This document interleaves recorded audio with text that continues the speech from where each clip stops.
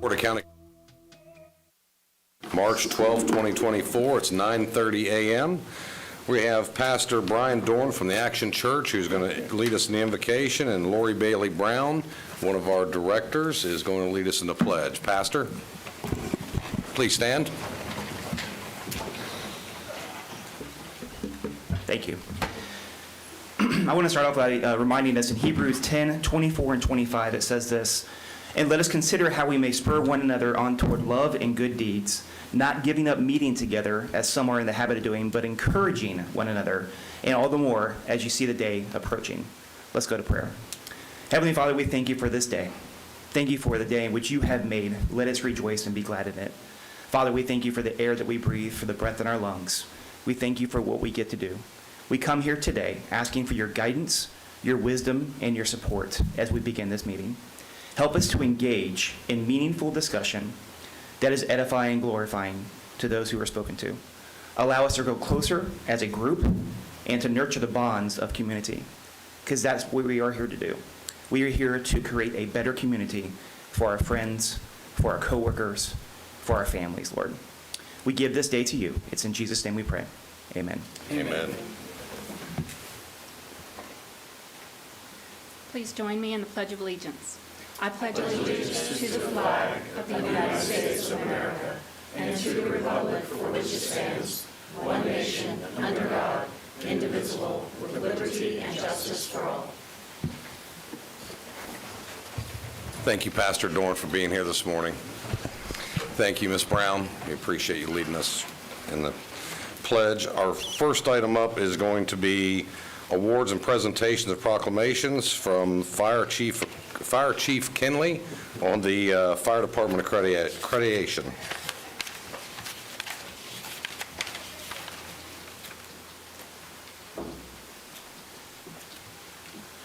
Good morning.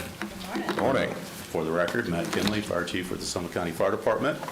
County Manager Darren Gray asked me to come up and just say a few words to make sure that if you didn't know, we've been in the pursuit of fire accreditation for many years, really since 2013. Here in the last 18 months, we've taken our latest stab at that accreditation, and it was a success. So this is the plaque from the Center for Public Safety Excellence, CFAI, Commission on Fire Accreditation International, which denotes us as a top-tier organization that is using quality improvement model and self-assessment to really take us to that next level. How I try to explain it is, you know, we're CAS accredited. That was kind of our bachelor's degree. ISO 1, that was kind of our master's degree. And this, in reality, is our doctorate. This was a very, very heavy lift with a tremendous amount of people involved. We had the accreditation hearing this past month. The feedback from the board was that we appear to be an agency that is on their 5th accreditation because of how mature we are in not only our operations, but how we're evaluating how we're providing those services. So just a few things. Things I said in front of the board. First, I want to thank, and these were specifically people that were up at the table with me in front of the Inquisition, because they did ask some hard questions. County Manager Darren Gray, Meredith Walker, who is our accreditation manager. Without her, she was the tip of the spear of coordinating the chaos and herding the cats. Very, very difficult job. Lieutenant Kevin Sims, who this was a fulfillment for him, because he was the one that really took it on in 2013. Where we didn't quite make it across that finish line. Lieutenant Jonathan DeVita, our president from the local union, Local 3254, a very key person within this entire process. And I cannot thank this board enough. In my 23 years in this fire department, and really longer than that, because I've been around this my entire life, I truly have never seen a group of individuals, public servants, that are so dedicated to public safety. We would not be able to be successful in this process without your support. And I thank you, the 574 members of this department thank you, the citizens of Seminole County should thank you. This really does mean a lot. It's not just a trophy on the wall. This is something that is now embedded in our fire department of assessing ourselves constantly and looking for that improvement. In addition to the main leads on the project, we had nearly 120 personnel in our department who were directly involved in writing that giant document that you all saw. Really, really tremendous work by all members of this department, from the brand-new firefighter all the way up to myself. Like things in the fire service are constantly, teamwork is key, and this was very much a great example of that. So on behalf of the 574 members of the department, we just want to thank you for your support, thank the county manager's office for their support, and thank ourselves for just putting in a tremendous amount of effort. But thank you very much. Thank you, Chief Kenley. Good work. If the commissioners would like to have a photo with Chief Kenley, let's join on the floor, if you would, please. Darren?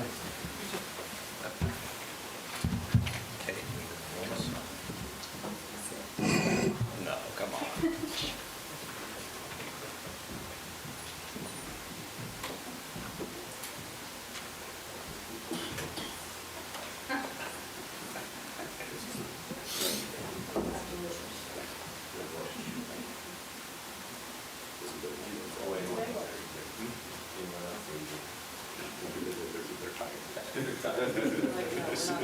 Kate, are you going to get in?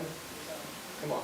Catherine, come on. You got to keep us on straight and narrow. You might as well be part of this. All right, ready? 1, 2, 3.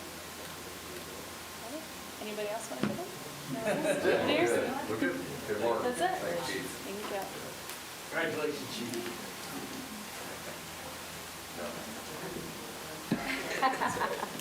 As you're on your way back up, I would like to say just one more thing.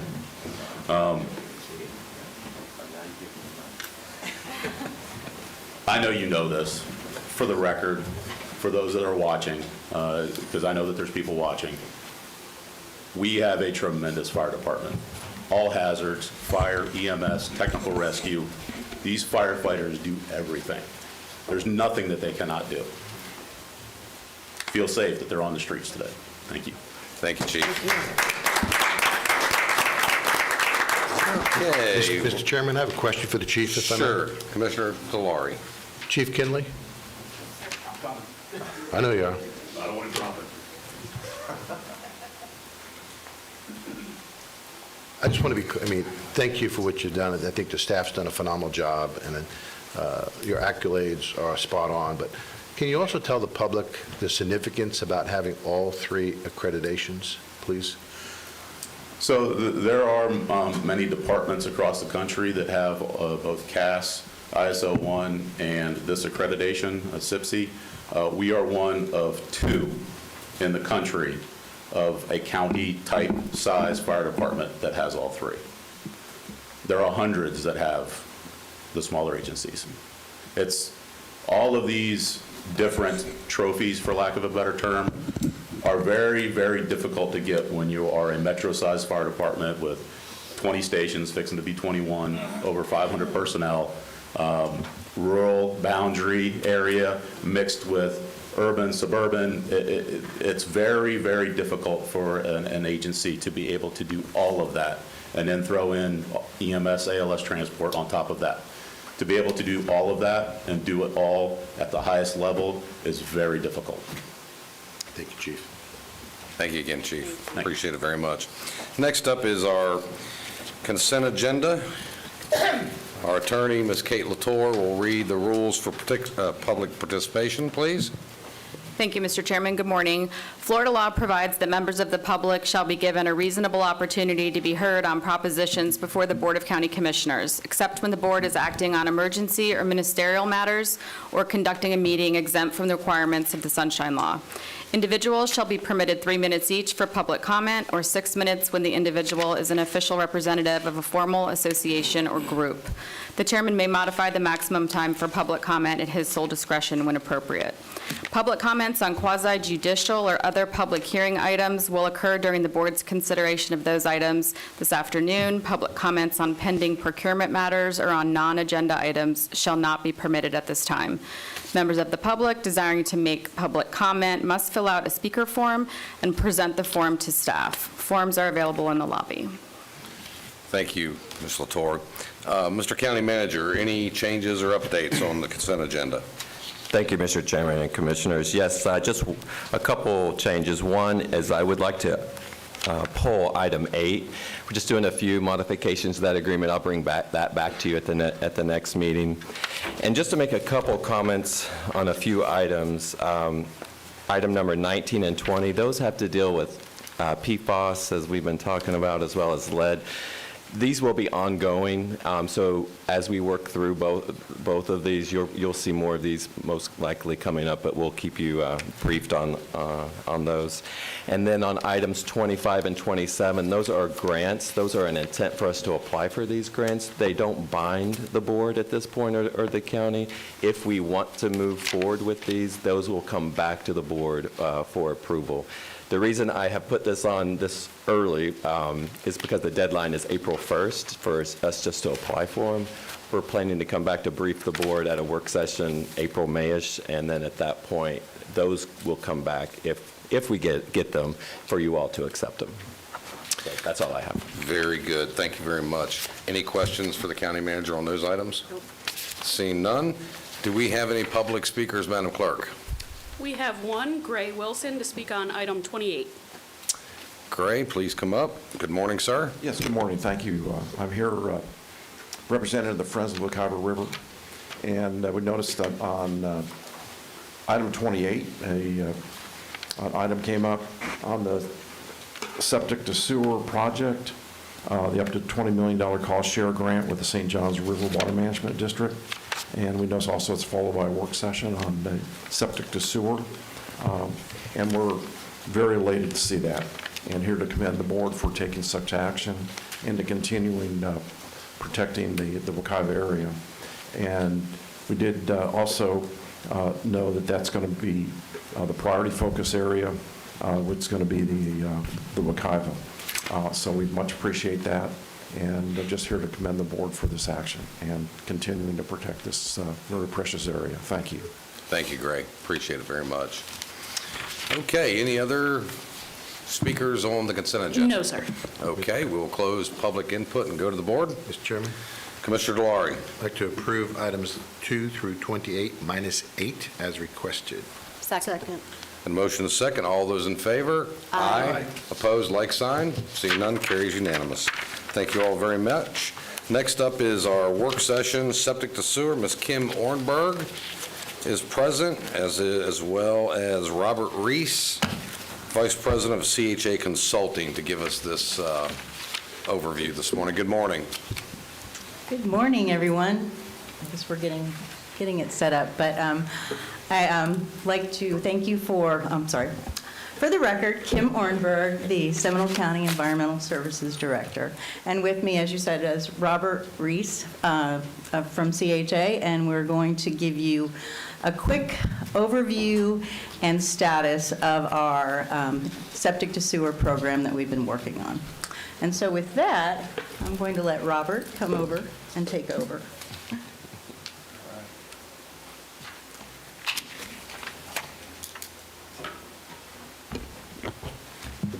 Chairman, Commissioners, good morning. It is a pleasure to have the opportunity to present the update, and appreciate very much your time and the public's time, and appreciate Friends of Wekiva and other stakeholders that may be interested in learning about this today. Thank you, Robert. If you just give us your name and Robert mailing Reese, address for the record. CHA Consulting out of Winter Springs is Thank our you. office. Thank you.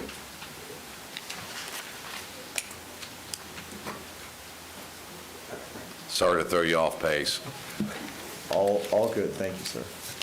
So this is the status of the development of the county's septic to sewer program and key components associated with it.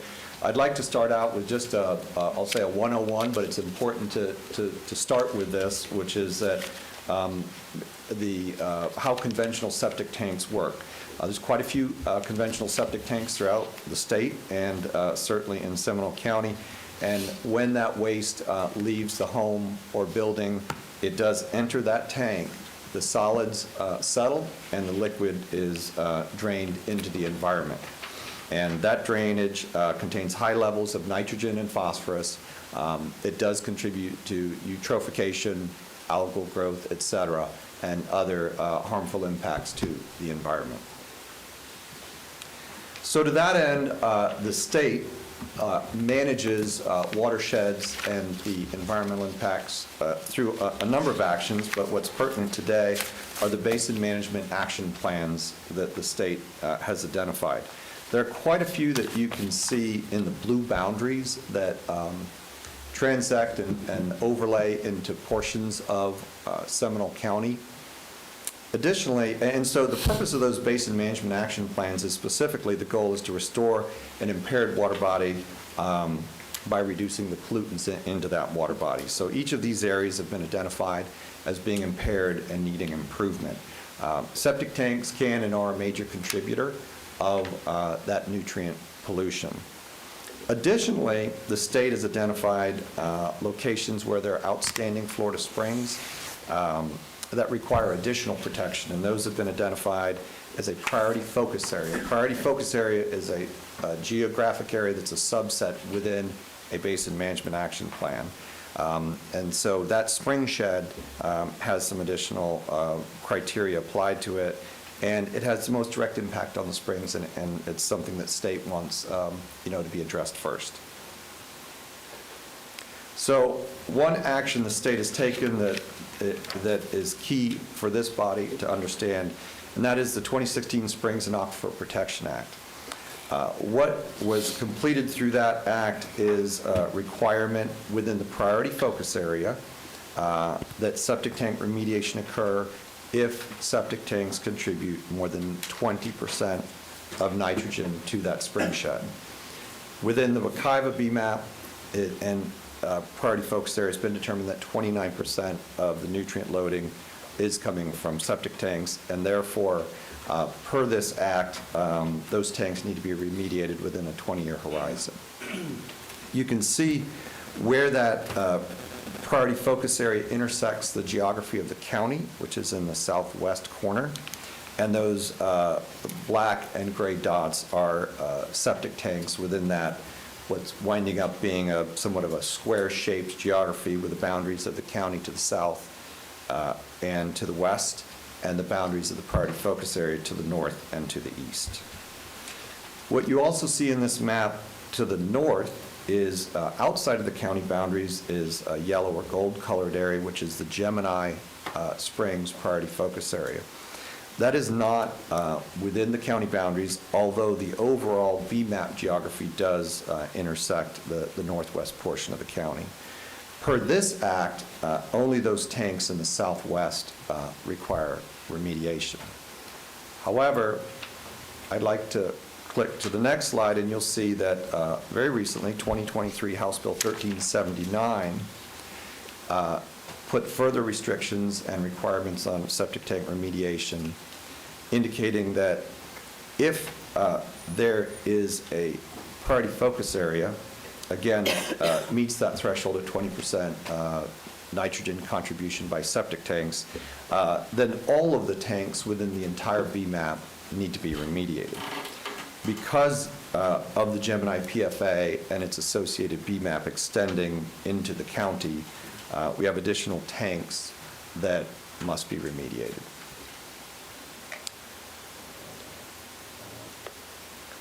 There are some other criteria in House Bill 1379 that apply to new tanks and other rules. Some of those were addressed in the EAR Land Development Code amendments that came before you in the recent past. What we are focused on here with septic to sewer remediation program here is existing tanks and remediation of those. So that's what we're focused on for this presentation in this program.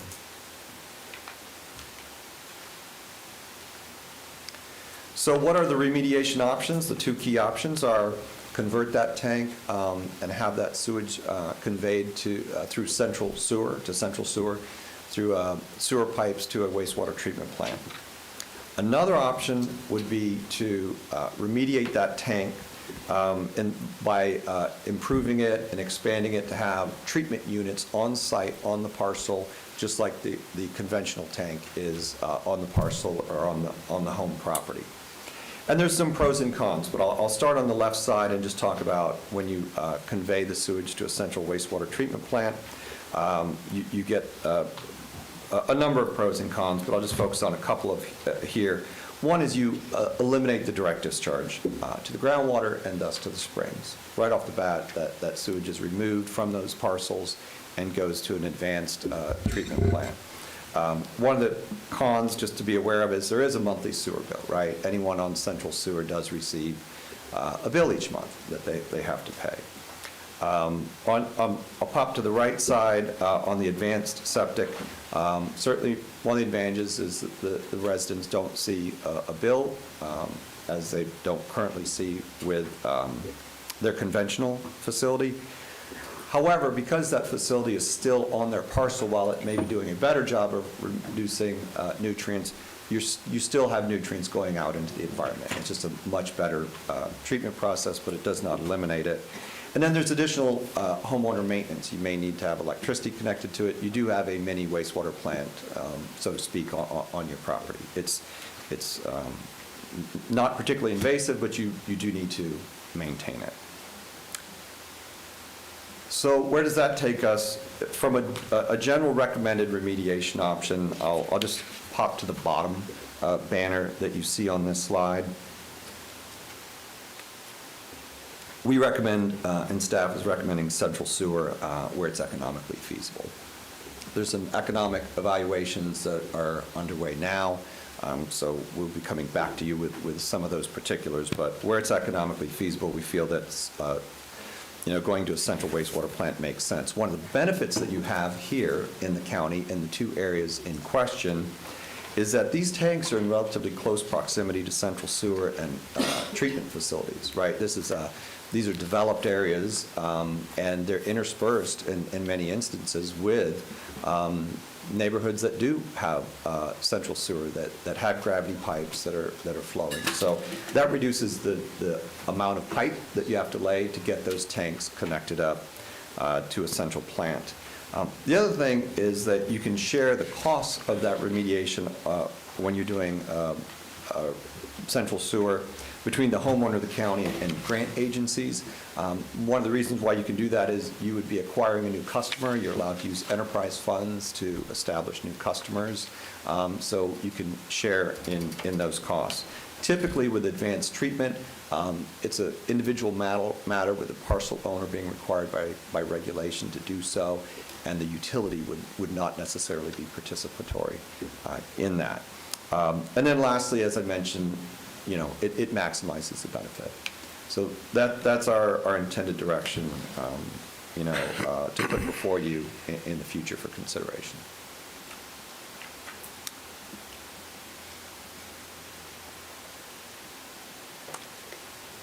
We've been busy leading up to here. As you can see on the left, we did an inventory of tanks within the Wekiva Priority Focus Area as the predecessor firm, not CHA, but Reese Engineering at the time. And we inventoried those tanks in the Wekiva Priority Focus Area. We looked at remediation options. We looked at routing to where that sewage could go. We further expanded that to additional BMAP areas within the county in 2022. We've got a great handle on what you have on deck within the county and the options to handle it. And that has led, I just want to share some of the numbers coming out of that work. First, the table on the left shows the total number of tanks that are estimated to be within the county. That is throughout the county, including the municipalities within the county. What we're seeing in the top row is per those two, the House bill and the Act, there are approximately 6,302 tanks that require remediation during that time frame that I mentioned before, the 20-year time frame. There are 16,700 some odd tanks estimated to be within other BMAP areas, and 2,880 outside of a BMAP area. So we have just shy of 26,000 tanks in the county. I've been over on the West Coast and talked with some counties that have 40 or 50,000. So thank goodness you're not winning any awards for most number of tanks, but we certainly have some in these very critical environmental areas that we have to take some action on. So if we break that down a bit further in the Wekiva BMAP and priority focus area, we have 14 years remaining on the rule. We're really poised to have this program take off when we come back to you and get the implementation going. But within the county proper, within your areas, there's 2,932 in the Wekiva priority focus area for remediation. And the Act, 2016 Springs and Aquifer Protection Act, requires the providers that have the wastewater collection systems and treatment facilities to remediate within their service areas. So Sunshine Utilities has approximately 768 tanks that fall within their utility service area boundary. That's on the figure on the right. It's the northern part of the top part of that figure. And they have their own treatment facility. And then Altamont Springs has approximately 150 outside of their city boundaries. And you can see in the bottom part of that image, the yellow highlight, the Altamont Springs service area, and they have their own wastewater plant as well. So that's the status of Wekiva. There's quite a few tanks, not within those two service areas that would be for the county to remediate. Now let's talk Gemini. This has a similar situation in that the county has a number of tanks, 1,109 tanks are estimated. And then there are a smaller number outside municipal boundaries. In this instance, City of Sanford, we estimate 118 within their utility service area, but outside their city boundaries. None outside Lake Mary, and Florida Government Utility Authority has approximately 32. You can see in the figure on the right, the county's two wastewater plants. Yankee Lake is just to the west, and then Greenwood Lake's wastewater plant is just to the south. So again, somewhat of an urbanized area, a close proximity from a piping and transmission to be able to get tanks to that area. And to that end, in this picture on the right, we've actually put the existing piping network that's in the ground. So you can see there's some conveyance and transmission infrastructure going east-west to Yankee Lake that you already have. There's tanks, septic tanks interspersed in here that could readily connect up to some of these collection system pipes. Wekiva, a little bit more work to be done there relative to where that sewage would go because you don't have your own wastewater plant in the immediate vicinity. So to that end, there's several choices here. One is you could convey the wastewater to your facilities to the north. You could build a new satellite plant in or just outside of Wekiva in reasonable proximity. You could convey wastewater to one of those two existing wastewater plants that I mentioned that are in and near the Wekiva area, one Sunshine Utilities, the other the City of Altamont Springs. Or you could convey wastewater to the South Seminole North Orange County Wastewater Transmission Authority, to whom you are a member and send some sewage to right now. And that, by the by, goes to the Iron Bridge wastewater plant out to the east. So those options will be part of the financial feasibility. And when we come back to you, we'll have some numbers on what those look like. They're very different. There's a lot of pros and cons to each of those, and we'll dissect that more in the future and put some dollars to it and non-dollar related pros and cons. So relative to citizens connecting, the state and the county require connection when central sewer is made available to property owners. And first, from a Florida statute standpoint, it does give counties the authority to regulate waste and sewage collection and disposal.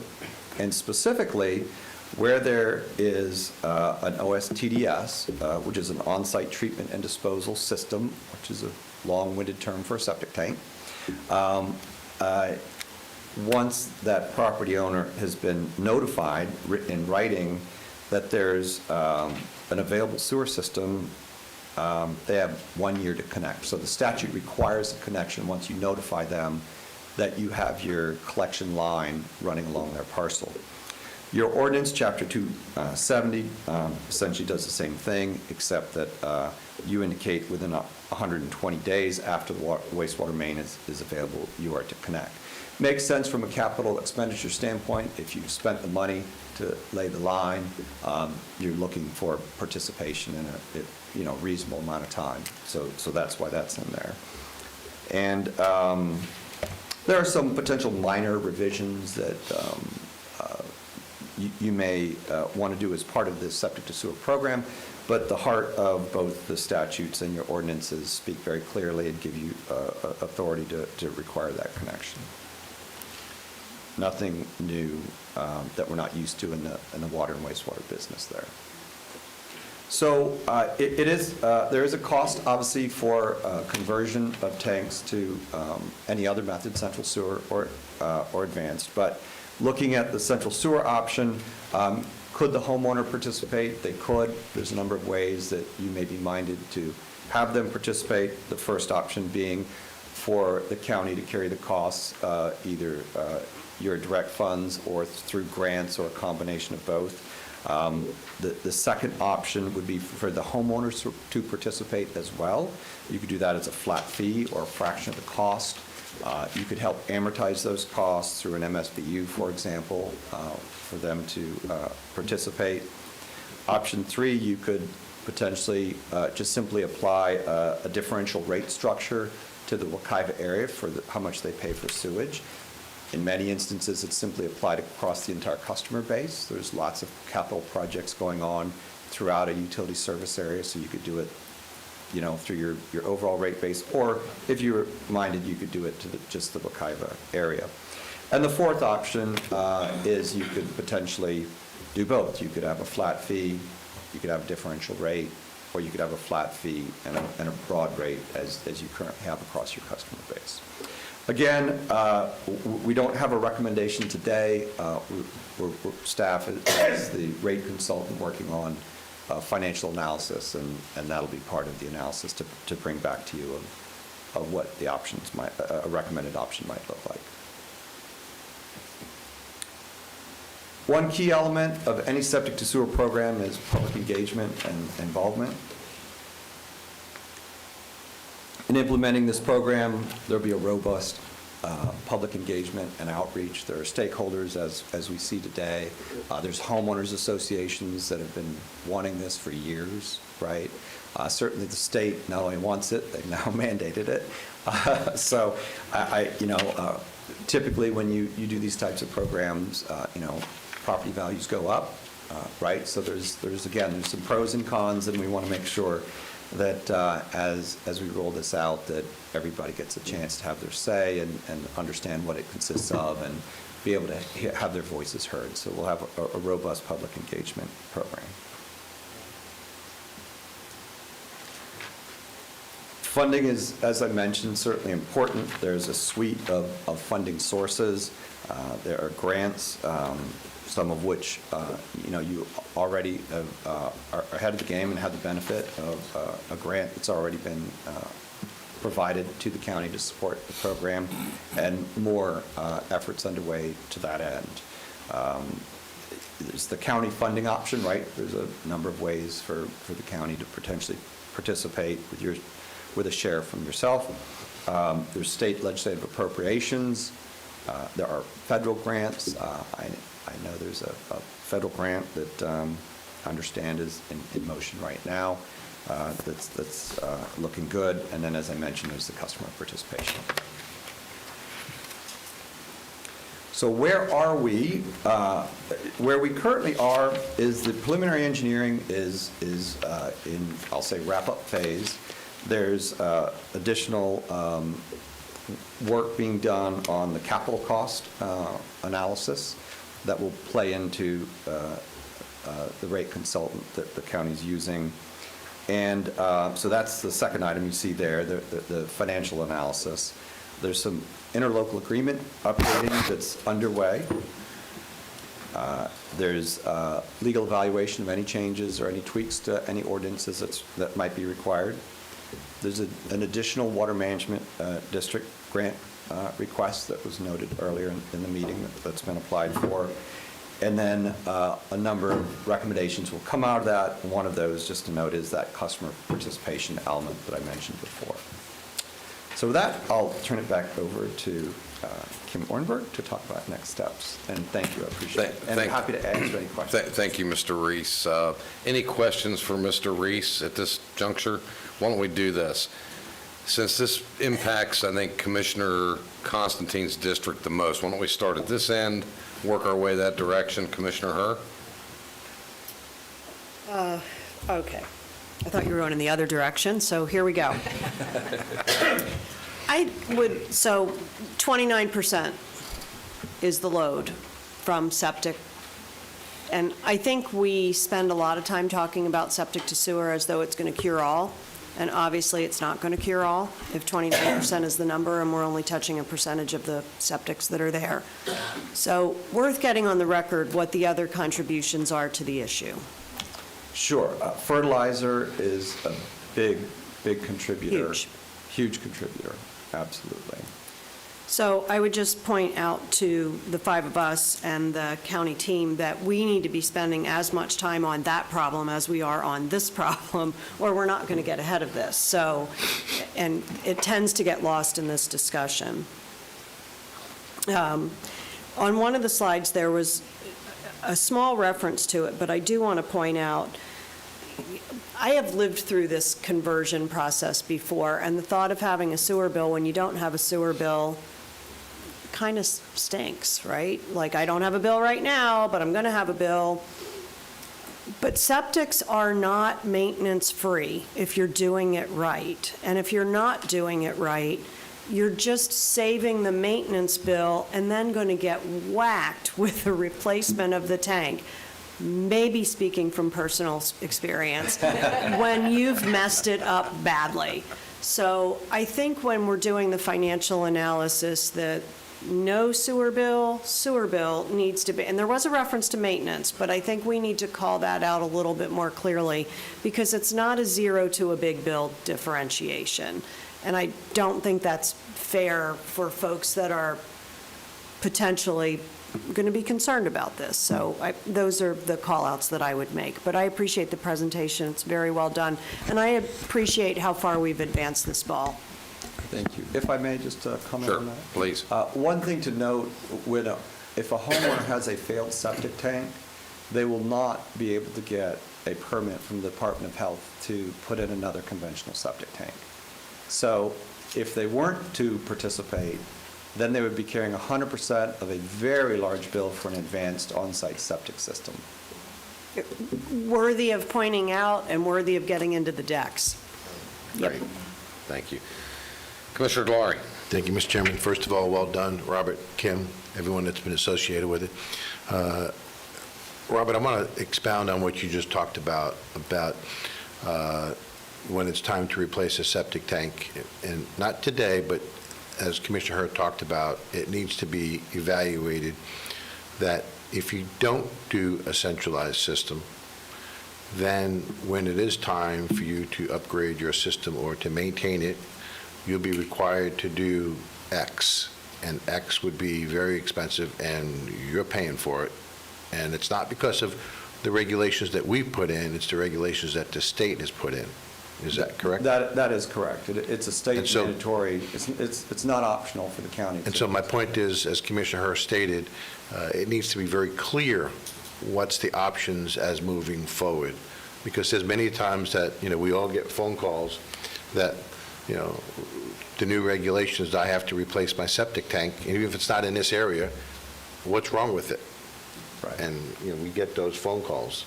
And I just want to make sure that we're crystal clear moving forward that these are state requirements and what the requirements are and why.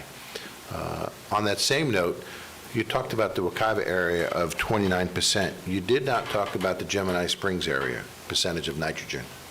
Sure, that rule is sort of popped on us a little bit right in 2023, but Okay. those tanks are certainly over the 20% because they're required to be remediated.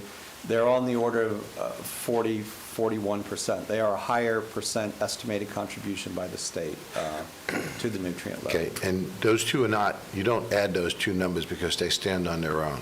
That's right, two different geographic areas, and these are state estimates, right? No one has a meter to go out there and measure it, but they've spent a lot of time. If you go back, there was actually an act in 2004 to do this, and one of the things that held it up was the science. I think we may have a member that might have been quite involved in that, but the science was not advanced enough to be comfortable enough, I believe, with the state to make this mandatory, and they are now.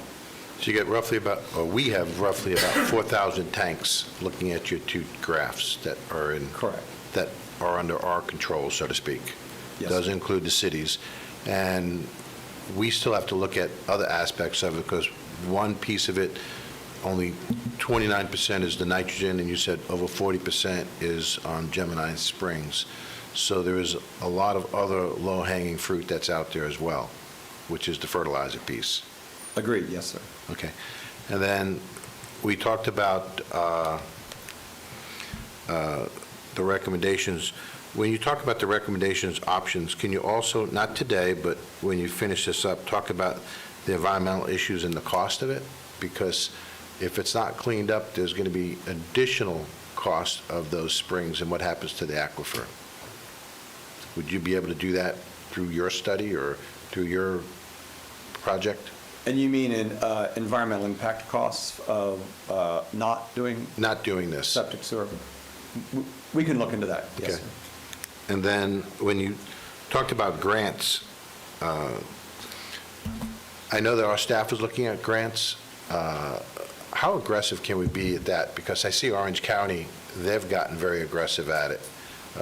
Do you do that, or does someone else do that? Because it really needs to be a specialty group of people that actually does that. We have supported staff on the grant applications to date, yes. Okay. And there's a group, I don't know if you want to speak, but there is a group within staff that support environmental services and utilities in applying for grants. Our grant folks. So our grants folks specialize? Yeah, in fact, we have put that under the Strategic Innovation and Strategic Initiatives Group that Andrea Wesser-Bronner heads up, and so they are the ones that are leading all of our grant activities. So they're on this. They're involved in every one of these conversations that we have in seeking out grants. If I may say too, also, we did meet with Orange County to, because they're further along with their septic to sewer program and got a lot of information about how they're approaching their cost shares and their grants. So we're looking to do the same kind of thing with ours to help, like you said. And if you remember, Orange County had a lot of assistance from the state, and so we'll be working with our lobbyists as well to help in that area. Robert, you didn't discuss the benefit of reuse, because that's one of the byproducts of going to a centralized system, and what the benefits of the reuse would be to our residents. Yes, water is a huge resource, right? I mean, in the water and wastewater community, we now refer to water as one water, right? Whether it's potable water, wastewater, or reuse water. Right now, with septic tanks, that water goes into the environment, but you're also withdrawing water, everyone is in the state, for potable use, so you're pulling water back out of the environment. One of the benefits of a central wastewater plant is you have retained that water, you can reuse that water, and that can mitigate and reduce your groundwater withdrawals for potable irrigation. Potable irrigation is one of the largest users, more so than in-home use, and so any of the options where you're able to retain the right and use of that water is very, very valuable. You have that at Yankee Lake and Greenwood Lakes wastewater plants. You have that through your agreement with Snockwater. You don't lose that water, and that would be one of the benefits of any form of central sewer where you either own the facility or you're participatory, like with the Snockwater Authority. So you mentioned capacity. Have you, or do we have a list of the capacity of our existing plants and our regional plants, and what the unit cost would be for additional capacity? That is part of the financial analysis that Okay, so we'll be getting that? Yes, sir. Okay, and then I know when it comes to the rate analysis, there's a group of people that do that. You feed the information to them, and then there's also a bond council that's going to be looking at this, to look at all of that analysis, and I'm sure that's coming back to us quickly. Okay? All right, that's all I have. Thank you. Commissioner Lockhart. On the rate study, are we using the same folks that we've used in the past? We have just hired a new council, or a new company, Willdan, that we will be doing our rate sufficiency studies and financial analysis. So we've talked to them about that. We've had our first kickoff meeting with them, so we'll be bringing that forward. You might want to tee up a video from one of our prior meetings with the last one, just to give them an idea of what might be, like a little warning shot over the bow. Yeah. Yeah. But not at a public hearing. Talking about which properties are going to be required to either hook in or upgrade. There are some additional caveats involving the size of the property and some other things. So maybe as we start looking at our communications process and what that looks like, that we can somehow simply communicate greater than, less than, if this, then that, because I think it sounds very overwhelming. If I'm someone sitting at home right now watching this with a septic tank, my eyes are probably rolling up into the back of my head because I'm concerned about what this is going to look like for me financially. And we might be able to alleviate some angst by just saying, if this, then that, you're in or you're out. That would be something I would recommend. As far as communications go, I do think we have an amazing communications team here, and I hope that they'll be driving that work. Not that they wouldn't need some support in some way, shape, or form along the way, but they certainly know us and how we operate. And okay. Part of our plan, yes. Okay. Our underserved communities will be disproportionately impacted by this decision. And I'd like to have there be some discussion around how we address that. It's a big concern for me. And then the only other thing that it's sort of you get advantages and disadvantages from the reuse conversation. The reuse is still putting quite a bit of nutrients back into the ground, is it not? Yeah, it does, but actually with the treatment plants here in Seminole County, they're all very advanced, and actually the nutrient load is very low. We've learned that through, when we implemented the fertilizer ordinance, and that's something that is an educational point to say to people, if they have reclaimed, that you don't need to necessarily use fertilizer or use as much, and we've worked on that through the fertilizer ordinance. But it is, from a wastewater treatment perspective, very low. Okay. Communicating that, especially to our neighborhoods, many of Commissioner Herr's neighborhoods.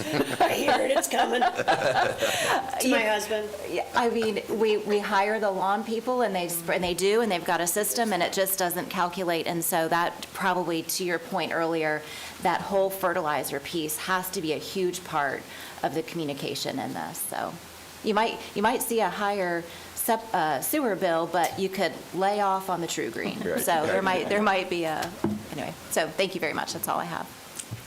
Thank you, Commissioner Lockhart. Commissioner Constantine? Well, first of all great comments by my fellow commissioners, and I want to thank Kim and her staff, and of course Rob and his company and everybody else involved in this needed, important, required program.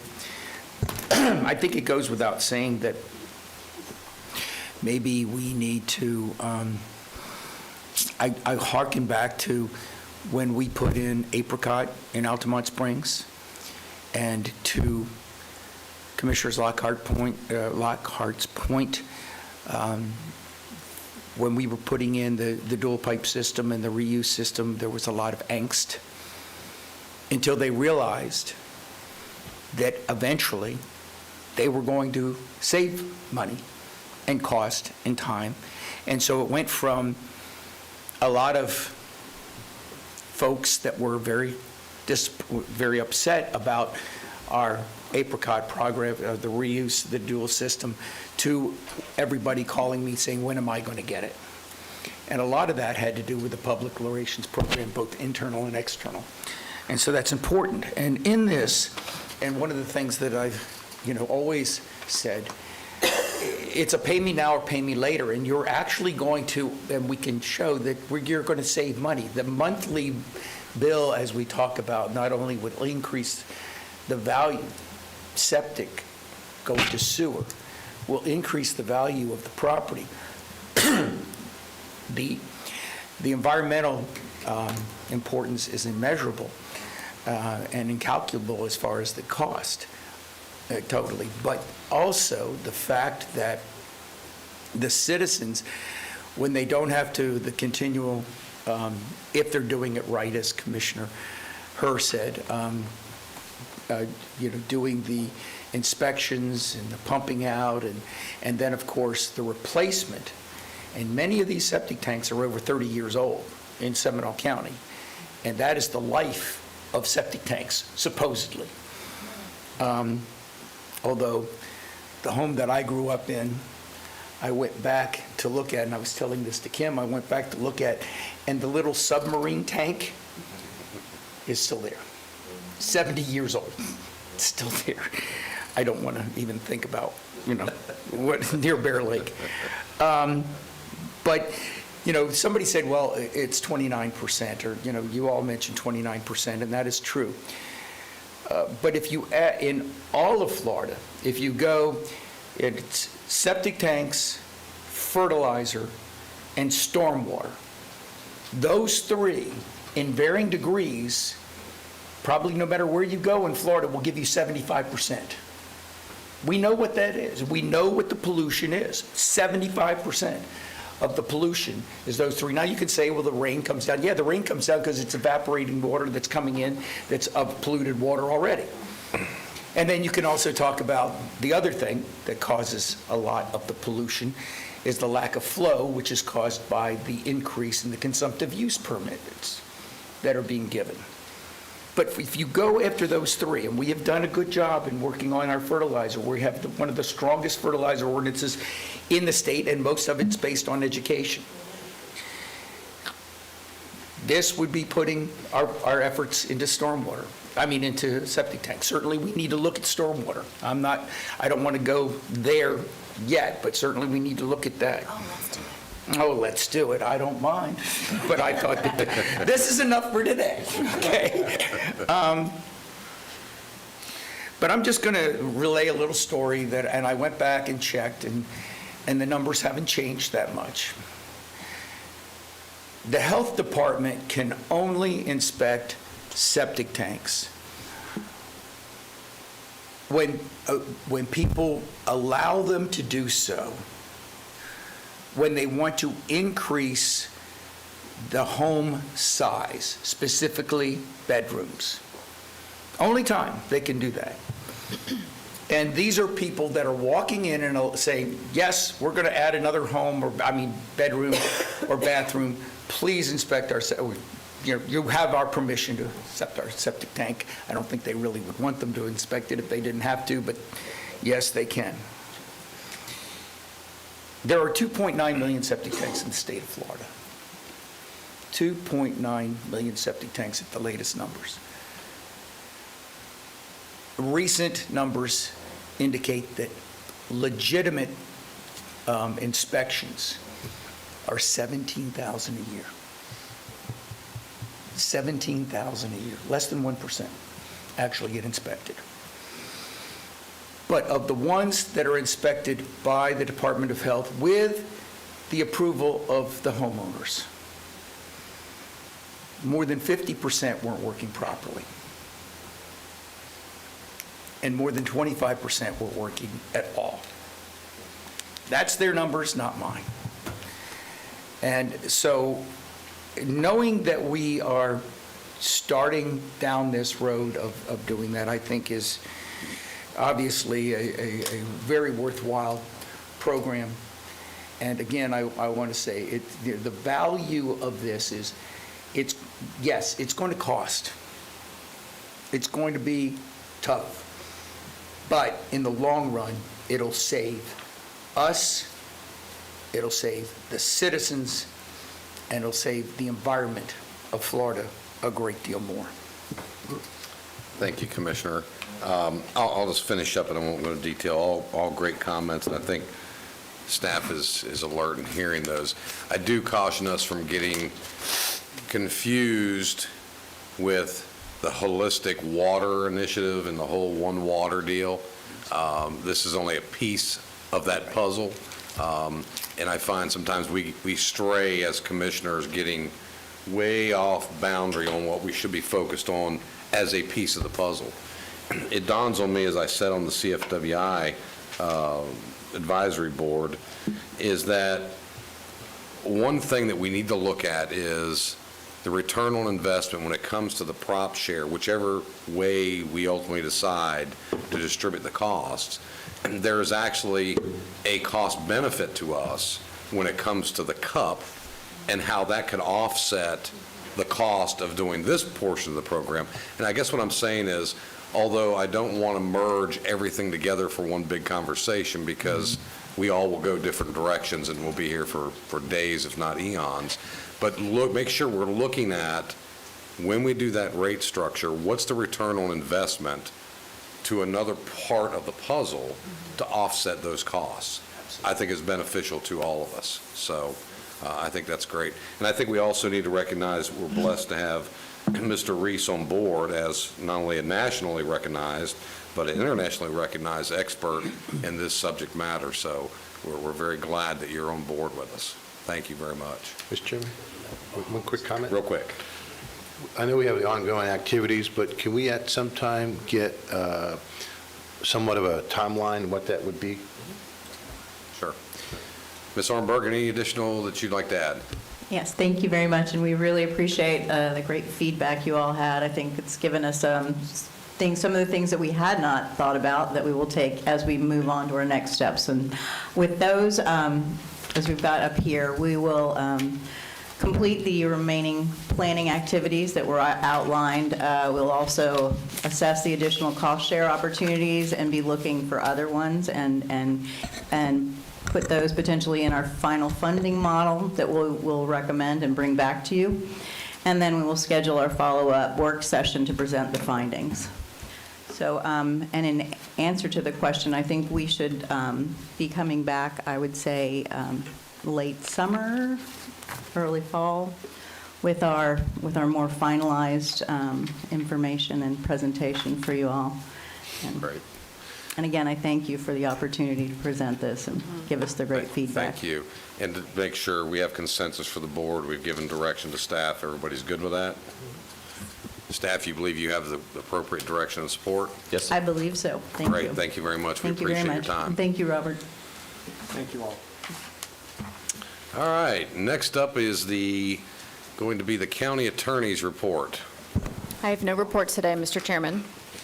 I do have an inquiry of the county attorney in preparation for maybe some county attorney reports. I'd like to get an update to our commission on the Greenberg matter and the Rivercross matter. Those are both in the works, sir. Great. So as soon as you have an idea, when you can share some of those things with us, please let us know. Absolutely. Thank you very much. Next up, county manager reports and any staff presentations. No staff presentations, but I do have a couple of good news items just to report. The Yarborough property application that has went through the state, we did get notification from the state that the Board of Trustees meeting is this month, which we had thought. 26th, On the 26th of March. We knew that the property that would be voted to be placed on the list, but they've also put the acquisition agreement, and they have been working with the family on that agenda as well. So both good news items, so still stay tuned.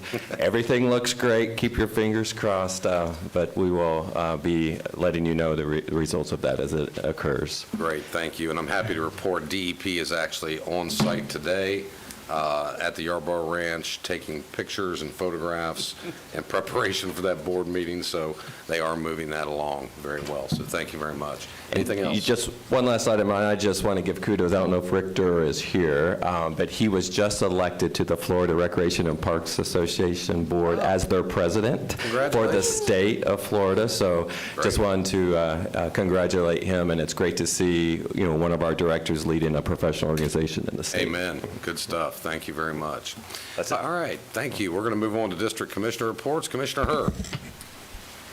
First, I'll start by asking everybody to give me an S. S. T. T. E. T. T. S. S. O. N. Go Hatters! We're going to the big dance, Final Four. Might be the only time in my life I get to do that. And by the way, if I had thought ahead, I wouldn't have worn the dress, and I would have done the letters. I was a little concerned where you were headed with that spelling. Listen, we had one, I won't say it on the record, but we had it misspelled once on the floor years and years ago, but it was the 80s. So congratulations to Stetson. I want to give a shout out to Rom and to the Bronx Pizza House in Lake Mary. I don't know what the final number was, but it was in excess of $11,000 or $12,000 by the time I was done with my shift at making pizza, which I find is a decent skill set, so it may be a career move someday. But it was fabulous. They did not give their profits. They gave 100% of the cash take for that day, 100% of the revenue, not just cash, all credit cards, including gift cards. Amazing philanthropists there. So please eat pizza at the Bronx House. Commissioner Lockhart and I participated in Girls in Government, their name, not ours, but it's Girls in Government, with the League of Women Voters and the South Seminole Academy. It was a lovely afternoon spent with young women who were hand-selected and maybe have an aspiration of moving into government. We were also joined by school board members, city council people, and one of our judges. I'll give a shout out to something that is really different, and that is I was invited to speak at the local FedEx branch. Talk about an organization that gets it right. When's the last time you had a package that didn't show up on time when you thought it was going to be, with 17 texts that told you exactly when it was going to be there? So as a quality improvement person, I appreciated being in such an interesting organization. And I'll give a thank you to Sherrod Mitchell. This was a citizen that called me about something a year ago and said, hey, we have this thing, will you come? And we booked it and we went, and it was really cool. Group of ladies that were talking about the concept of inclusion in business when you are not like the rest of the humans that are in the operation, and I do have some experience with that. I probably overshared, but it wasn't recorded. I did have a conversation with the best friends again. Relax. Everybody relax. I feel like keeping the conversation active is a good idea. They have changed up to the website to be better than it was before, and I am appreciative of that. And they have moved into, what their words, not mine, a supportive role versus the role that they were in before, and I won't use the word for that. And a heads up, on the board book this coming Thursday is the CFX 417 extender. So this is the move to find the contractor to do the PD and E, which is a good step forward. There is a progress report on the Midway right-of-way. There is some misinformation that's out there with regard to how far along we are. We are making amazing progress, but I will be sending out an email to the Midway Coalition. The percentage that they referenced, it's much lower than the percentage that was referenced. That is the right percentage of a smaller group of people because we've only gone out to those that have clear title. There's an entire other group that don't have clear title, and we have to count those in when we're looking at the percentage to completion.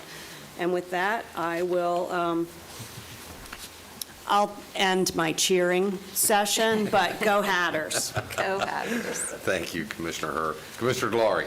Thank you, Mr. Chairman, and good luck, Hatters, on your next game. This may be the happiest I am in this process, but go Hatters. I think you can do it. I'm glad that you're cheering for them, obviously. Did attend the Lake Mary Art Festival. I want to thank all the staff for being a part of that, as well as I attended the Wekiva Paint Out, and I know Commissioner Constantine was there as well. And they did a phenomenal job raising money for Keep Seminole Beautiful and the Wekiva Trust. It's interesting to see how many people really are drawn to the Wekiva area, and I think the sewage septic system shows that.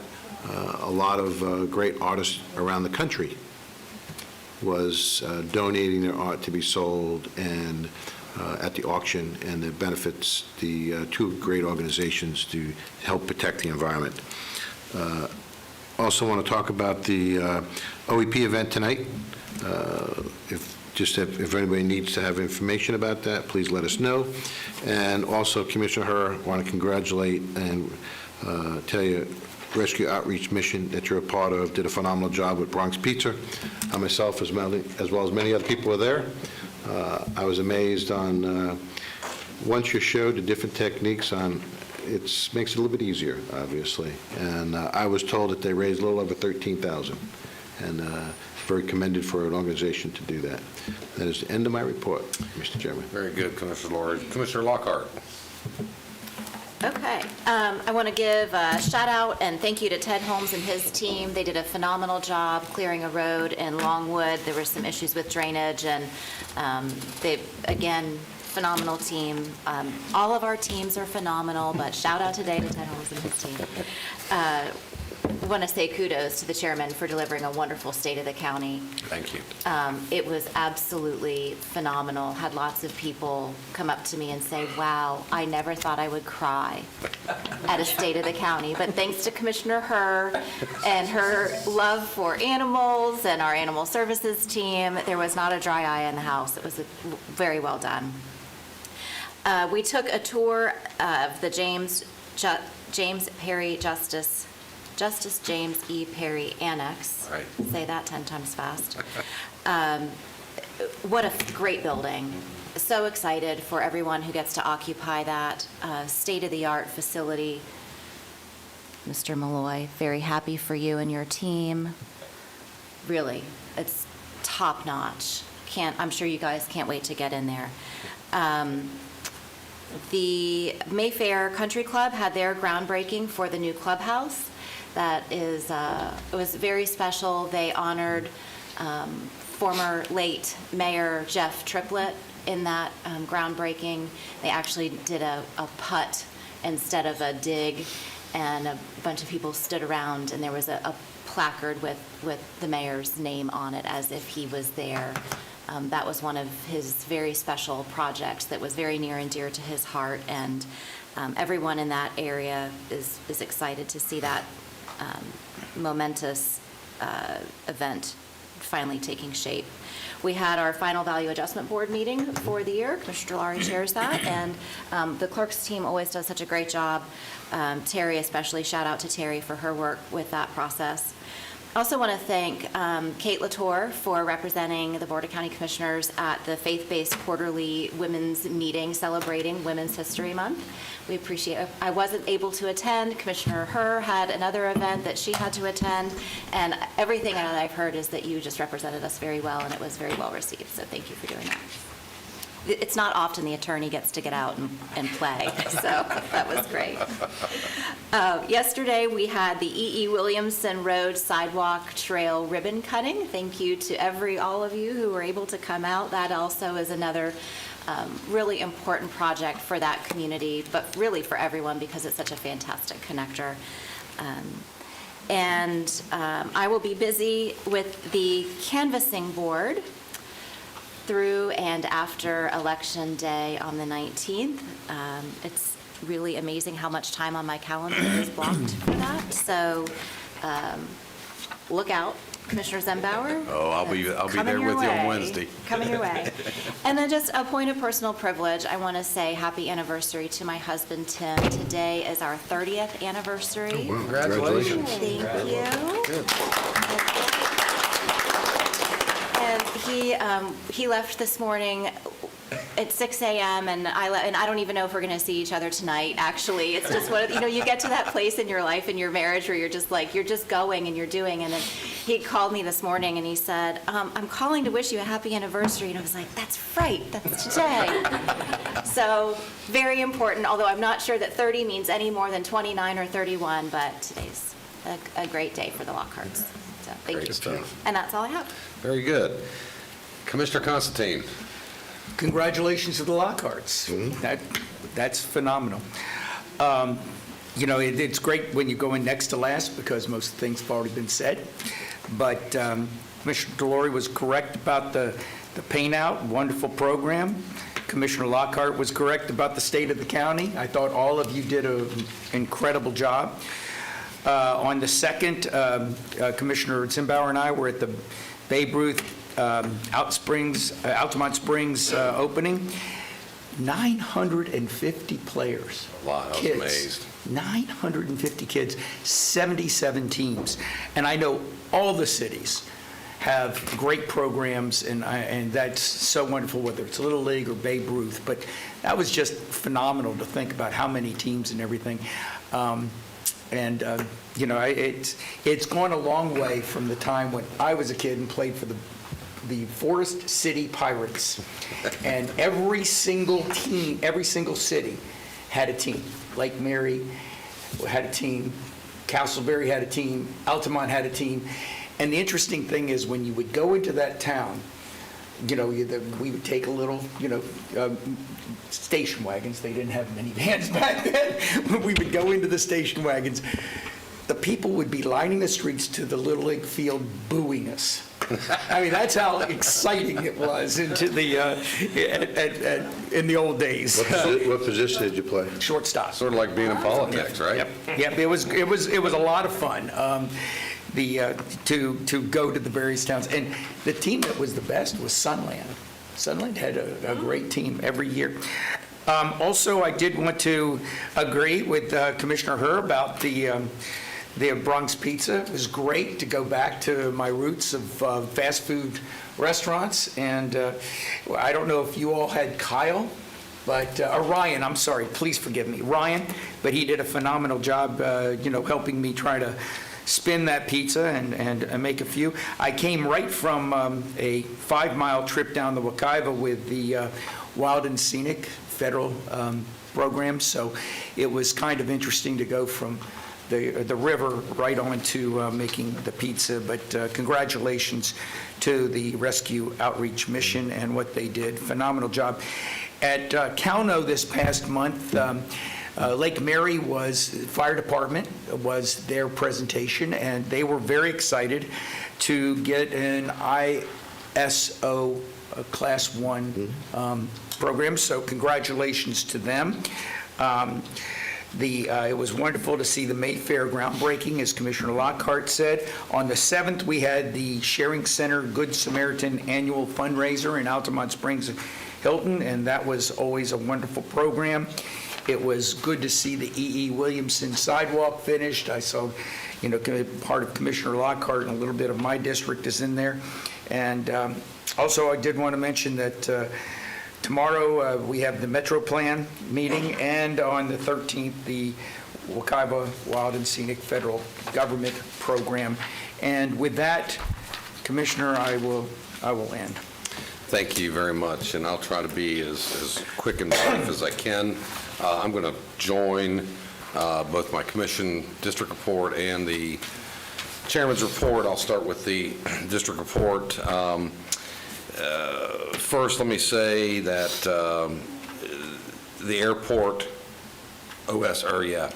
Sanford Orlando International Airport, as many of you know, has recently had some significant changes. OSI, the operating organization, has departed. The airport is taken over completely and now running all operations themselves. All indications are they're spot on, they're hitting all the marks, they're doing a good job. They've had a heavy lift, recently taken it over, but they truly are doing good work and really have not had a whole lot of hiccups. So the other good news there is travel has increased and continues to increase. They are also looking at other initiatives of other carrier development as things move forward. So that's all good news for our international airport here. Moving on to the chairman's report, first I want to make sure everybody understands today is National Girl Scout Day, and it is also National White Chocolate Cheesecake Day. I'd be remiss if I didn't enter that. Also, Seminole County Board of County Commission, the 42nd consecutive Certificate of Achievement for Excellence in Financial Reporting from GFOA. Thank you very much, Mr. Malloy, for your help and participation in that. I also had circulated my aid 5 letters. Want to make sure the board is okay. This is thanking Senator Broder, Corey Mills, Doug Bankston, Rachel Plakin, and David Smith for all their support as our legislative body in doing good things for Seminole County and bringing home some dollars for some of the initiatives that we put forth, which is all good. Also want to say for the state of the county, great job from everybody. And you actually got to see that behind this little hard crust, there is actually a heart in here. You know, I was reminded, very, very taken back by the animal events that we've been dealing with, and of course, giving me the opportunity to recognize my mother. I'm very thankful for that, but I think everybody did a great job, fantastic work in that respect. Finally, I need to make Commissioner, we all recognize that your mother is a saint. Yeah, absolutely. Well, you know, the story there is, when I was a child, she had me in a harness like a dog leash because I would just go. And everybody would say... Food for thought. Yeah, right. Yeah. And we were actually talking about that because my new grandson is in a harness now, too, because I think he's taking up his grandfather. And I said, that is so cruel. But that said, I also have a little news to share. I was notified last week I'm going to be a grandfather for the 3rd time. Congratulations. Thank you. My daughter in D.C. is with child. Mother and baby are all healthy according to her, so I'm blessed to have a 3rd grandchild. Finally, I need to make a couple appointments to the Committee on the Aging. Board members Nina Yan and Ms. Shannon Young. Their other work has taken and consumed a great deal of their time, and they've asked to be politely relieved of those duties, and we thank them very much for the work that they've done on that behalf. And Rebecca Elin from Community Service has requested the appointments of Matthew Borkelt of Longwood and Amy Chaniel of Longwood. Both terms will expire on 12/31/25. I'll make a motion to approve those. Second. All those in favor? Aye. Aye. Opposed, like sign. Seeing none, then they will be appointed to those positions if staff would make sure that they understand and get those thank you letters out. I have nothing else from that standpoint. I will also remind everybody we do not have any public hearings today, so we will not have an afternoon session. So we'll move to public comment on items not currently on the agenda. Yes, Chairman, we have one. Joe Humphreys. Mr. Humphreys?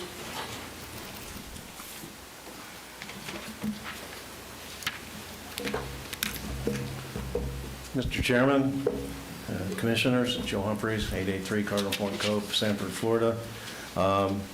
First, I'd like to have to say congratulations to Commissioner Constantine.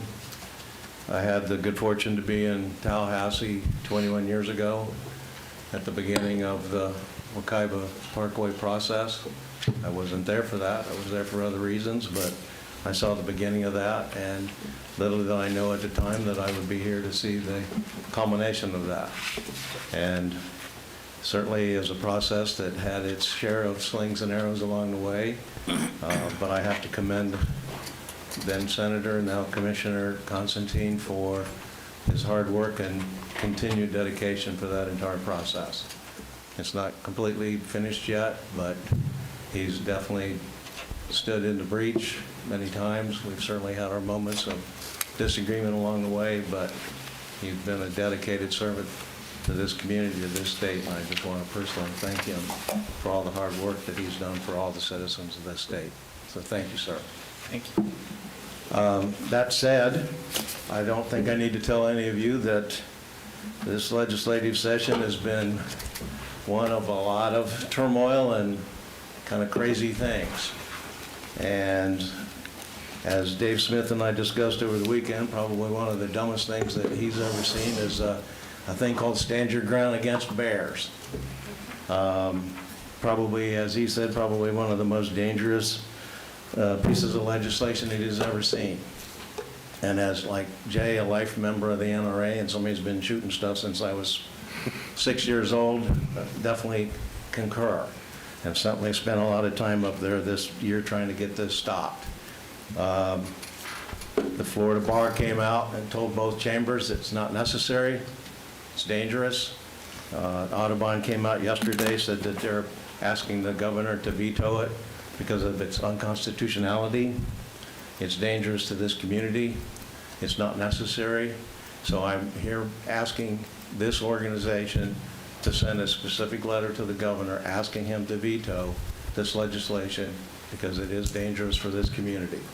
So I would ask you to, without question, ask the governor to veto this, because I've polled people across this community, from the sheriff, deputies, HOAs, and I can tell you that there's everybody that I've talked to in this community considers this legislation to be dangerous and not productive for this community.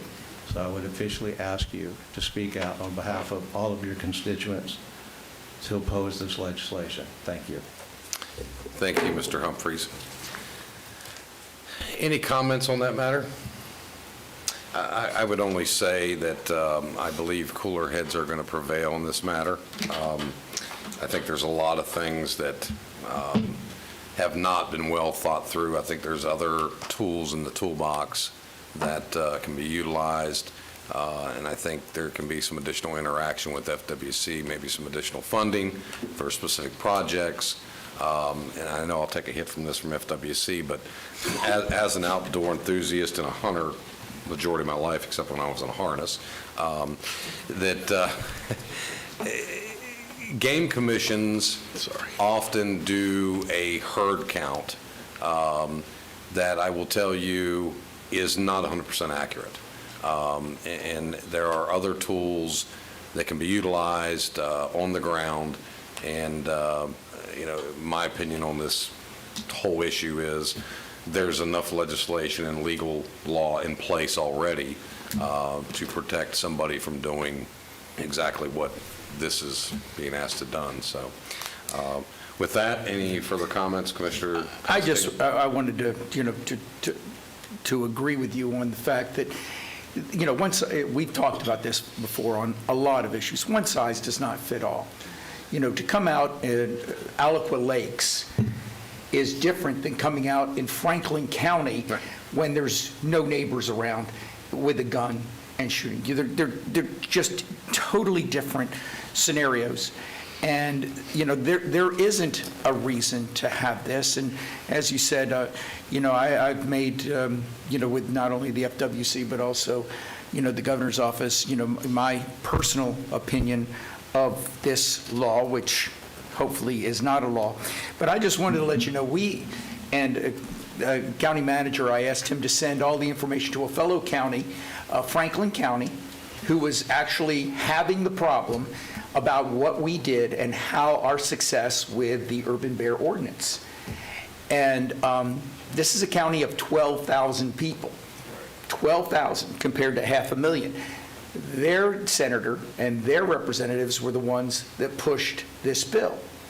But they were all, and they're larger than we are as far as, size, and as far as, geographic size.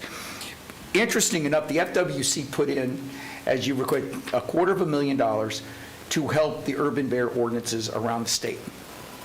That did not get into the budget. It did get into the budget? $600,000 plus for Franklin County for trash cans. That would be $500 per person. Trash cans. So I don't know how that's going to work out as far as the budget goes, but I concur with you, Chairman, that this bill, this law should not stand. It makes no sense for Seminole County. If they want to do it in Franklin County, that's different. But I think even in the fact that the legal profession says, that's not going to happen, where they're going to go after somebody that, if they're seriously in trouble. So I don't think this bill needs to happen either. Great.